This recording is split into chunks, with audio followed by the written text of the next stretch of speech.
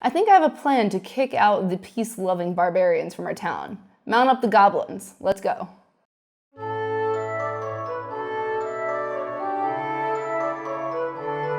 This is Small World, a territory control game for 2 to 5 players. In this game, you are going to have fantasy races with special abilities that are randomly determined each game, and you are going to conquer the world better than your friends for victory points. What makes Small World a really cool game is the fact that you will have all of these awesome fantasy races that you've heard of, like goblins and elves and wizards, and special abilities that could be anything from mounted to peace-loving. It could be anything, really. When you first start the game, you'll shuffle your races and then shuffle your special abilities, and you'll deal out the queue.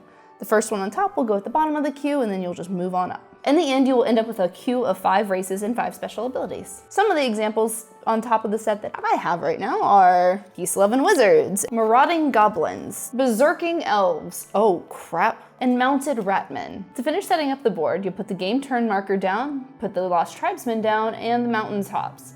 Then every player will be given 5 victory points, and you'll fight over who goes first. When choosing your race, you can choose from one of the 6 in the queue. If you choose to take the first one, you don't have to pay anything. For every one that you skip, you'll have to leave a token on the character that you've skipped. Once you select the race that you want to use, you will add up the number on the race and your special ability to get the number of tokens that you will get out of the box. For example, if you have a 5 and a 5, you will get 10 tokens from the stack of tokens. Oh, that's an awful noise.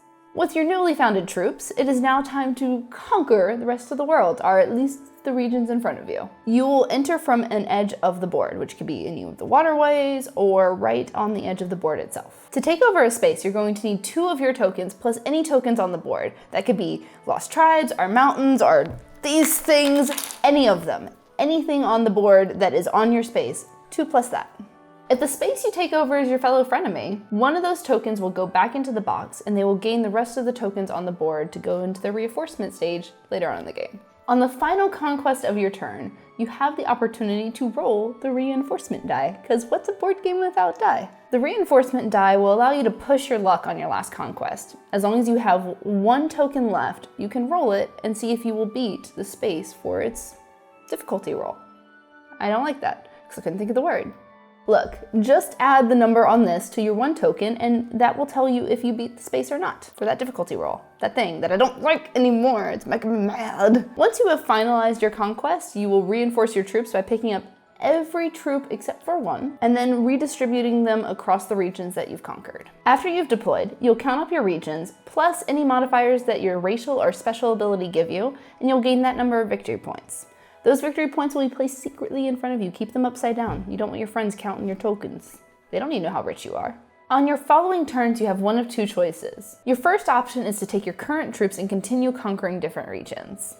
When you are conquering with a race you already have out on the board, at the start of your turn, you have the option to pull up troops and abandon territories before you continue the rest of the conquering steps. Your second choice is to go into decline with that race. If you have a race in front of you that's already in decline, you're going to discard that race as well as any tokens on the board for that declined race. With your current race, they will maintain the territory that they're in, and you will flip them over so that they stay there. For each territory, you will remove all but 1 token, and you will flip them over so that the gray side is showing. Then you will take your race banner and flip it over as well to prove that it is in decline and that you own that character.